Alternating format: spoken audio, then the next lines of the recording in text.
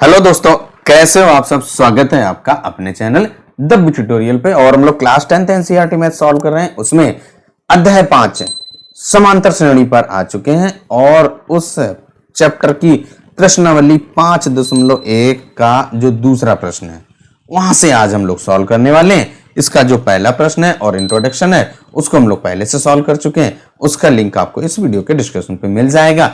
चलिए जो दूसरा प्रश्न है उसको हल करते हैं। क्या कह रहा है, दी हुई एपी के प्रथम 4 पद लिखिए। यानी एपी का मतलब समांतर श्रेणी के प्रथम 4 पद लिखिए, जबकि प्रथम पद दिया गया और सर्वांतर दिया गया। चलिए नोट करते हैं और फिर हल करते हैं। किसी भी श्रेणी के यानी किसी भी समांतर श्रेणी के प्रथम पद और सर्वांतर अगर आपको पता हो तो श्रेणी आप आसानी से ज्ञात कर लेंगे, क्योंकि जो श्रेणी ज्ञात करने का जो हम लोगों का फार्मूला कहें या सामान्य सा सूत्र कहें या आपका यहाँ पे जो a plus D, a plus 2d, a plus 3d, a plus 4d, ये आपका एक व्यापक रूप जो होता है समांतर श्रेणी का, वहीं से आप ज्ञात कर लेंगे। तो देखिए सबसे पहला पद आपका a है, तो यहाँ पे पहला पद a बराबर 10 हो गया है ना। और इसके बाद जब हम दूसरा पद निकालेंगे वो आपका a प्लस डी है, वो आपका 10 धन 10 यानी कि 20 हो जाएगा। तीसरा पद ज्ञात करने के लिए आपको a प्लस 2d, वो आपका 10 धन 2 गुणे d का मान 10, यहाँ पे 10 धन 20 बराबर 30 हो जाएगा। इसके बाद आप अगला पद ज्ञात करेंगे a धन 3d, तो यहाँ पे a धन 3d बराबर क्या हो जाएगा, a का मान 10 धन 3 इंटू d का मान भी 10 है, तो जोड़ दीजिए 10 धन 30 बराबर 40। इस प्रकार से आपकी श्रेणी ज्ञात हो जाएगी। और वो क्या है भाई, आपका पहला 10 है, अगला आपका आया था 20, फिर आया 30 और फिर आया 40, और ये आपके प्रथम 4 पद हो गए। पहला भाग आपका हल हो गया। अब आ जाइए दूसरे भाग पर। दूसरे भाग पर जो आपका a दिया गया है यानी कि पहला पद वो -2 है, और जो d यानी कि सर्वांतर आपका 0 है। हमने आपको जब इंट्रोडक्शन दिया था उसमें बताया भी था कि जो सर्वांतर है वो आपका धनात्मक, ऋणात्मक और 0 यानी कि 0 हो सकता है। अब हमें 4 पद ज्ञात करने हैं, तो हम लोगों ने जो 4 पद हैं वो लिख लिए। पहला a, फिर a धन d, a धन 2d, a धन 3d, फिर a धन 4d, ऐसे आपका चलता जाएगा।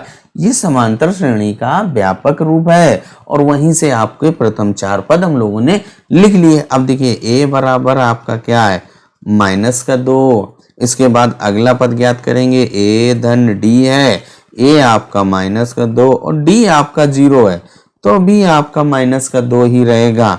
अगला आपका देखिए a धन 2d है, तो a धन 2d बराबर -2 धन 0 गुणे 2 बराबर आपका -2 धन 0, तो आपका -2 ही आएगा। अगला जो आपका क्या है, a धन 3d, तो -2, a का मान आपका -2 है, फिर धन 3 गुणे d का मान 0, यहाँ पे -2 धन 0 बराबर -2, यानी कि आपके चारों पद आ गए हैं। और वो आपके चारों पद बिल्कुल समान है, क्योंकि जो d है वो हम लोगों का 0 है, इसलिए आपके जो सभी पद हैं वो बराबर आएंगे। जो हम लोगों की श्रेणी के 4 पद होंगे -2, -2, और इस तरीके से आपका जो दूसरा भाग है वो भी हल हो गया।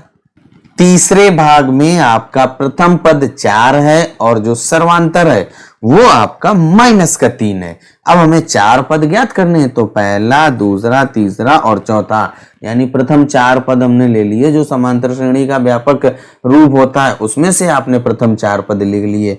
अब देखिए जो पहला पद है a, और वो आपका बराबर 4 हो गया। इसके बाद अगला पद आपका क्या है, a धन d, तो यहाँ पे a आपका 4 है और d आपका क्या है, -3, तो इसको आप हल करेंगे, 4 से 3 घटाएंगे तो आपका 1 आएगा।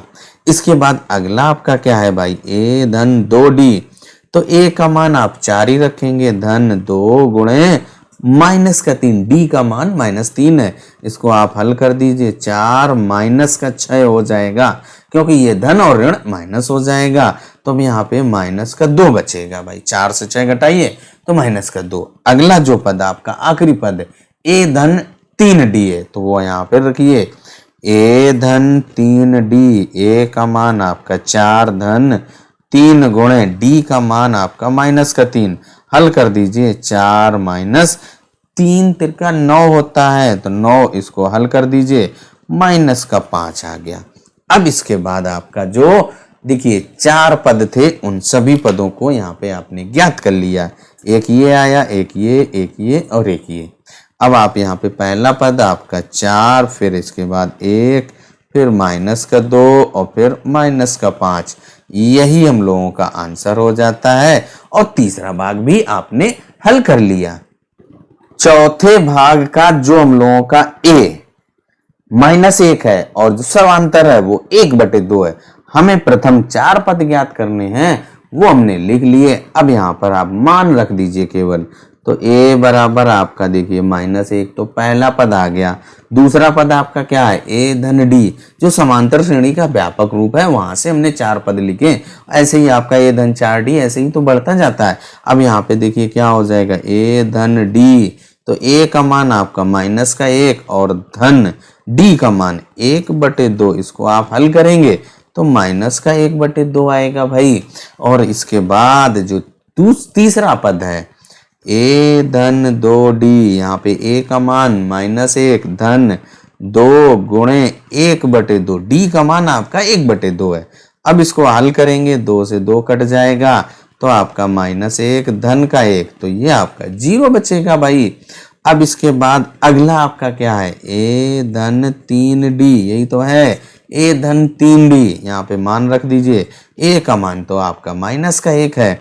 इसके बाद धन का 3 गुणे 1/2। अब आप इसको हल कर दीजिए, -1 धन का 3/2, ये आपका 2 एकम 2 -2 धन 3, तो आपका 1/2 बचा। और इस तरीके से जो आपके 4 पद ज्ञात करने थे वो आपने ज्ञात कर लिए। पहला पद आपका ये, फिर -1/2, फिर 0 आया, फिर 1/2। इन्हीं पदों को आप लिख दीजिए और यही आपके आंसर हो जाते हैं।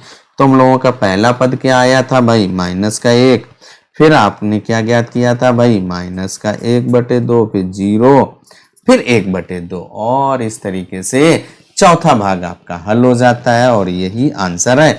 अब आ जाइए अगले भाग पर।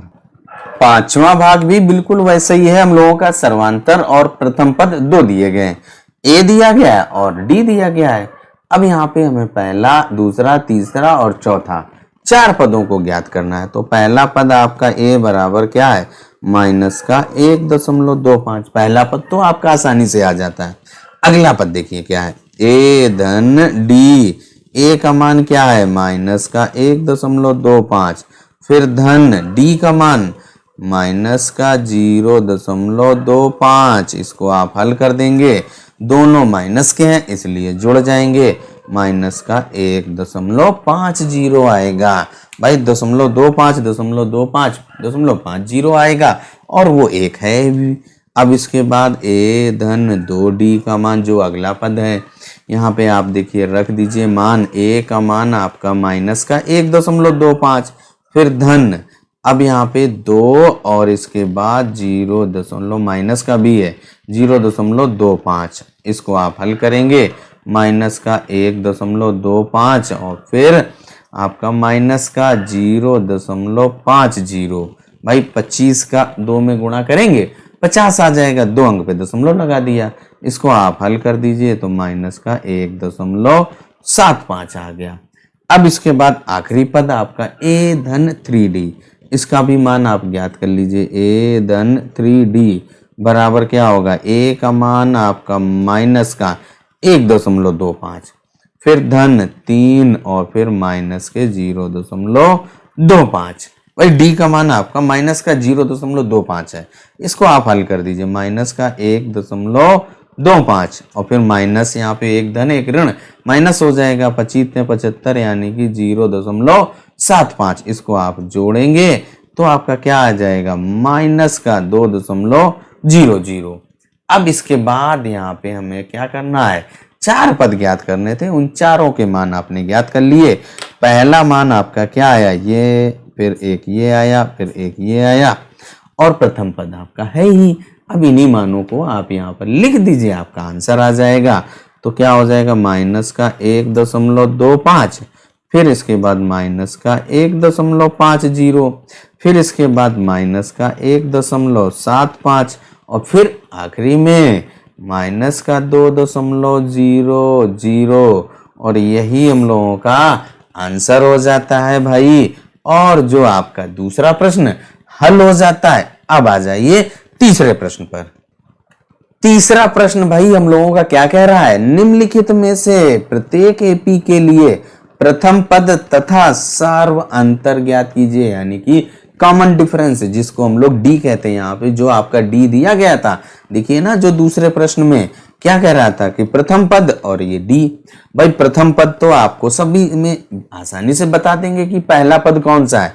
सर्वांतर ज्ञात करने के लिए क्या करेंगे, जो भी आप प्रथम पद को छोड़ करके आप अगर ये वाला पद लेते हैं, उससे जो पहले पद है उसको घटाएंगे, आपका डी आ जाएगा।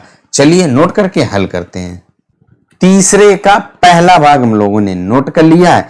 वो आपका जो श्रेणी दी गई है उसके जो पद हैं 3, 1, -1 और माइनस का 3। अब यहाँ पे प्रथम पद यानी कि ए की बात करेगा, वो आपका 3, पहला पद आपका ज्ञात हो गया। अब इसके बाद हम लोग डी ज्ञात करेंगे, जिसको कहते हैं कॉमन डिफरेंस या सर्वांतर। डी ज्ञात करने के लिए देखिए, अगर आप यहाँ पे कोई भी एक पद लीजिए, जो पद लेंगे उससे उसके पहले का पद घटाएंगे। जैसे हम 1 लेते हैं तो 1 के पहले आपका 3 है, उसको घटा दीजिए, घटाएंगे तो आपका माइनस का 2 आएगा। अब अगर आप माइनस का 1 लेते हैं तो -1 लीजिए, उसके पहले वाला, तो उसके पहले आपका क्या है, 1 है, वो घटाइए -1, तो यहाँ पे -1 माइनस का 2 आएगा, सब में से वही। अब देखिए यहाँ पे क्या है, माइनस का 3, तो चाहो तो आप -3 लीजिए। -3 के पहले आपका क्या है, माइनस का 1 हम घटाते हैं तो पहले से -1, तो ये माइनस माइनस प्लस हो जाएगा, तो माइनस का 3 धन का 1 हल करेंगे, माइनस का 2, सभी में आपका माइनस का 2 ही आएगा। यानी कि प्रथम पद आपका ए बराबर आपका 3 और जो डी बराबर है वो आपका माइनस का 2। यही हम लोगों का आंसर हो गया। अब आ जाइए दूसरे भाग पर। दूसरे भाग में जो आपके पद के क्या दिए गए, -5, -1, 3, 7। अब हमें यहाँ पे क्या करना, प्रथम पद ए ज्ञात करना, ए बराबर आपका माइनस का 5। इसके बाद आपको डी ज्ञात करना, डी बराबर क्या बताया गया भाई, ये आप कोई भी एक पद लीजिए, उससे आपको उससे पहले जो पद है उसको घटाना है। तो -1 लीजिए, तो उससे पहले आपका क्या है, माइनस का 5, वो घटा दीजिए, घटाएंगे -1, ये धन का 5 क्या हो जाएगा, 4, -1 से 5 घटाएंगे तो 4 बचेगा। इसके बाद आप चाहो तो एक और चेक कर लो, मान लो आपने ये 3 लिया या 7 लेते हो तो 7 लीजिए, 7 से पहले आपका 3 है, उसको घटा दीजिए तो आपका 4 आ गया। तो यहाँ पे आपका जो ए बराबर क्या है, माइनस का 5 और डी बराबर आपका 4 है। यही हम लोगों का आंसर हो गया। दूसरा भाग नोट हो गया, हल हो गया। तीसरा भाग नोट करते हैं और हल करते हैं। तीसरे भाग में आपका 1/3, 5/3, 9/3 और फिर इसके बाद 13/3 लिखा हुआ है। अब यहाँ पे आपको सबसे पहले प्रथम पद, तो सबसे पहला आपका पद 1/3 है, तो 1/3 लिख दीजिए। अब इसके बाद देखिए हम लोग डी ज्ञात करने के लिए मान लो आप 5/3 लेते हैं, उससे पहले जो पद है 1/3 उसको घटा दीजिए, घटा देंगे, दोनों के हर बराबर हैं तो इसलिए 3 और 5 से 1 घट जाएगा तो 4 आ जाएगा। अब इसके बाद अगले में ज्ञात कर दीजिए, एक और चेक कर लीजिए, 2 हम लोग चेक करेंगे यहाँ पे। मान लो आप 9/3 लेते हैं तो 9/3 लिख दीजिए, माइनस उससे पहले 9/3 के बिल्कुल ठीक पहले लेना है, तो 5/3 है तो 5/3, 9 से 5 घटेगा 4/3, क्योंकि हर बराबर थे इसलिए जो आपका ए बराबर क्या आ गया भाई, ए बराबर यानी कि प्रथम पद आपका 1/3 है और जो डी बराबर आपका 4/3। यही हम लोगों का आंसर हो जाता है। तीसरे के बाद अब चौथा भाग हल करते हैं। चौथा भाग भी आपका बिल्कुल आसान है भाई। देखिए क्या लिखा हुआ है, 0.6, 1.7, 2.8, 3.9। सबसे पहले आपको प्रथम पद यानी कि एक याद करना है। सबसे पहला आपका पद 0.6 है, इसके बाद आपको डी यानी कि कॉमन डिफरेंस, तो हम लोग मान लो 1.7 लेते हैं, उसके ठीक पहले वाला क्या है -0.6, घटा दीजिए 1.1 बचेगा ना। देखिए यहाँ पे 1.7 फिर 0.6, दशमलव के सामने दशमलव यहाँ पे लगाते हैं, 7 से 6 घटाइए 1 और फिर 1.1। एक और चेक कर लेते हैं भाई, डी बराबर मान लो आप 3.9 लेते हैं, तो 3.9 उससे ठीक पहले आपका 2.8 है, तो यहाँ पे 3.9 से 2.8 घटाएंगे, यहाँ पे घटा रहे हैं, तो यहाँ पे 9 से 8 बचेगा 1, फिर 3 से 2 1, यानी कि आपका 1.1 आया। तो यहाँ से जो हम लोगों का आंसर आ जाएगा ए बराबर यानी कि प्रथम पद है, यहाँ पे डी ए बराबर आपका 1.1 है, और इसके बाद जो डी बराबर और ए बराबर यानी कि प्रथम पद आपका 0.6, यही हम लोगों का आंसर हो जाता है। और इस तरीके से जो हम लोगों का तीसरा प्रश्न हल हो जाता है। आज के इस वीडियो में हम लोग केवल 2 ही प्रश्नों को हल करने वाले थे। वीडियो आपको कैसा लगा, हमारा काम कैसा लगा, कमेंट करके जरूर बताइएगा। अगर आपको हमारा काम पसंद आया हो तो चैनल में पहली बार हो तो चैनल को सब्सक्राइब करना मत भूलिएगा, साथ में बेल आइकन भी प्रेस कर दें, जिससे कि आपको आने वाले वीडियो का नोटिफिकेशन प्राप्त हो सके। चलिए तब तक अपना ख्याल रखें, स्वस्थ रहें, मस्त रहें। मिलते हैं अगले वीडियो में अगले प्रश्न के साथ।